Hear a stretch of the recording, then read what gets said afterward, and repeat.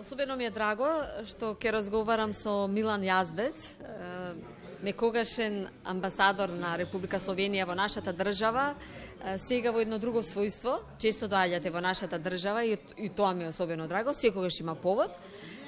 Еве едно импозантно дело во кое што сте уредник, а се работи за еден мој драг колега, Сето Стаменов. И навистина тука може да се содржи целосната негова работа, меѓутоа има интеракција кај вас двајцата. Всушност, зашто се работи во ова дело? Па видите, и мени е врло драго да сам... Видете, мене ми е многу драго што сум повторно тука и ние двајцата да се видиме. Ние направивме многу работи. И како што рековте, во некоја смисла сега имаме некаков триаголник. Свето Стаменов како врвен македонски новинар. Јас велам журналист, публицист. И поводот е оваа книга. Веднаш се гледа за што станува збор. Микрофон. Но тој микрофон е малку вака во некој абстрактен простор. Значи, над реалноста, ја гледа реалноста и ја рефлектира, и тоа е оваа книга за Свето Стаменов. Јас сум уредник на оваа книга. Напишав и подолга воведна студија, и во таа студија јас го квалификувам Свето Стаменов како бард на македонското новинарство. Еве тука сме го напишале тоа и неговото име е во курзив, така што тоа веднаш се гледа. Книгата има повеќе од 600 страници и да кажам 2-3 бројки. Во оваа книга 70 на луѓе кои се стручњаци во своите области, новинари, професори, дипломати, книжевни критичари и така натаму, напиша околу 130 прилози кои настанаа во текот на кариерата на Свето Стаменов. И со нив тие го рефлектираа нивниот поглед на него во вид на рецензии, придружни слова, воведни слова на некои презентации и така натаму. Значи, тука е една тематска биографија на Свето Стаменов.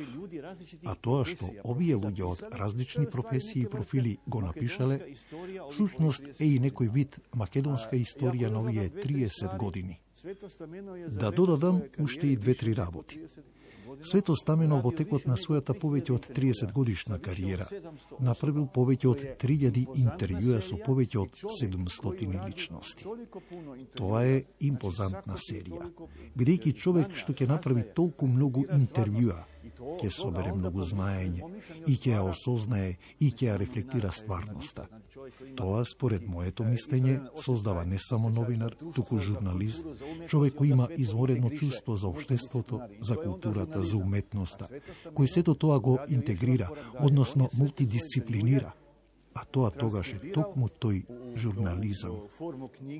Вие навистина последниве години дадовте посебен белег и сакате да се дружите со македонскиот народ, со луѓето од културата, сте организирале многу манифестации од културата, пишувате многу и можеме ли да истакнеме за таа културна соработка колку, не можеме се да кажеме, меѓутоа да истакнете она што навистина е важно за оваа размена меѓу двете држави? Од културен аспект ве прашувам. Јас сум поврзан со Македонија. Прв пат слушнав за Македонија пред 60 години, кога беше земјотресот, за жал.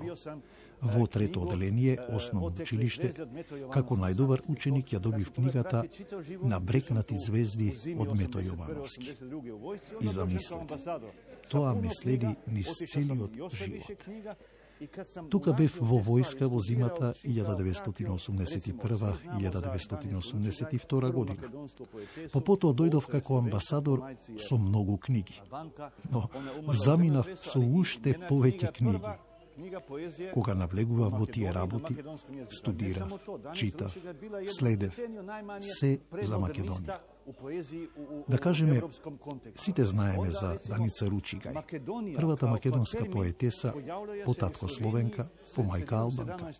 Таа загина во земјотресот. Но незината книга е првата книга поезија на поетеса на македонски јазик. Но не само тоа. Даница Ручигај беше најмалку една деценија пред модернистите во поезијата во европски контекст. Потоа да кажеме, Македонија како термин се појавува во Словенија кон средината на 17-тиот век. Јанес Вајкарт Балвасор е голем словенечки полиисторичар. Тој објавил серија книги Слава Војводине Крајински, во кои ја спомнува Македонија. Тоа е првиот запис.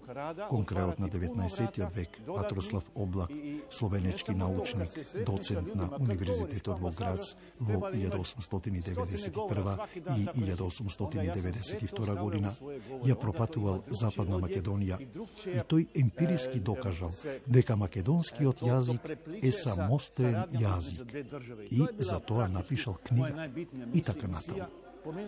Јас влегов во тој контекст со моите книги и тоа, знаете, е едно збогатување на амбасадорската работа. Да отвора многу дополнителни врати. Но не само тоа. Кога се сретнуваш со луѓето, кога зборуваш како амбасадор и имаш стотина разговори секојдневно, сето тоа го ставаш во своите говори. И тоа има поинаков оддек и се преплетува во соработката меѓу двете држави. Тоа практично беше и мојата најважна мисија. Ги спомнавте книгите. Да кажеме, моите книги излегоа тука на неколку јазици. Може би 10 книги на македонски јазик, 5 или 6 на албански, 2 на турски, 2 на ромски, 2 на влашки јазик. Значи, тоа е она што јас го гледам како мисија на амбасадор на една пријателска земја, како што беше со мене овде. Што пишувате сега? Со што се занимавате покрај тоа што задолжението во Министерство несомнено? Ja u Ministarstvu radim u analitskoj službi, znaš... Во Министерството работам во аналитичката служба. Пишувам анализи. По една на една-две недели. Како кога. Тоа е првата работа. А второ, продолжувам со она што порано го работев. Секој ден пишувам по една песна.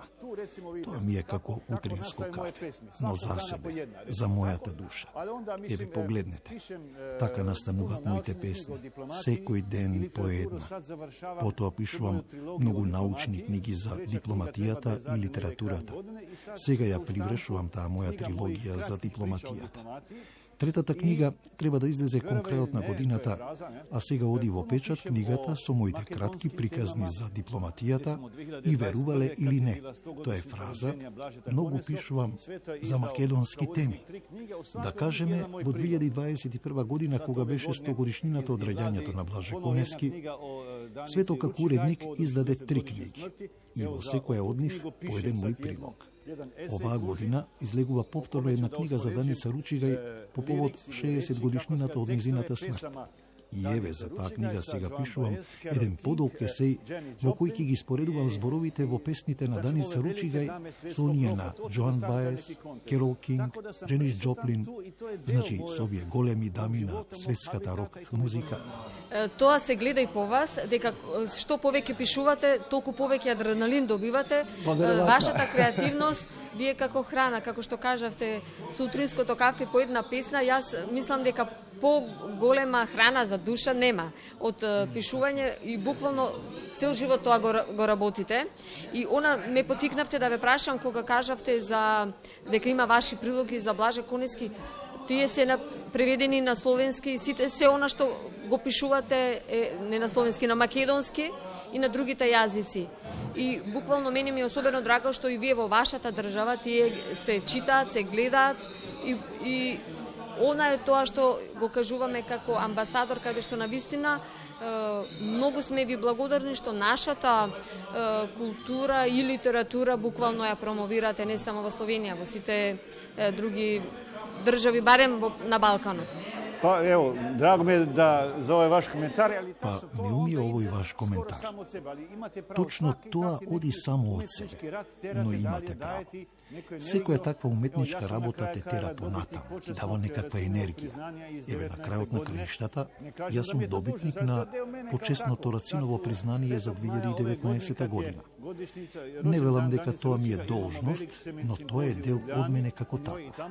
На 5 мај годинава, кога е роден ден на Даница Ручигај. Во Љубљана ќе имаме голем симпозиум за неа и нешто ќе напишам и ќе зборувам за неа.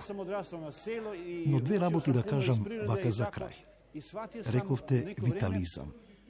Јас одраснав на село и многу учев од природата и по некое време сватив дека човекот треба секогаш да е во некој погон.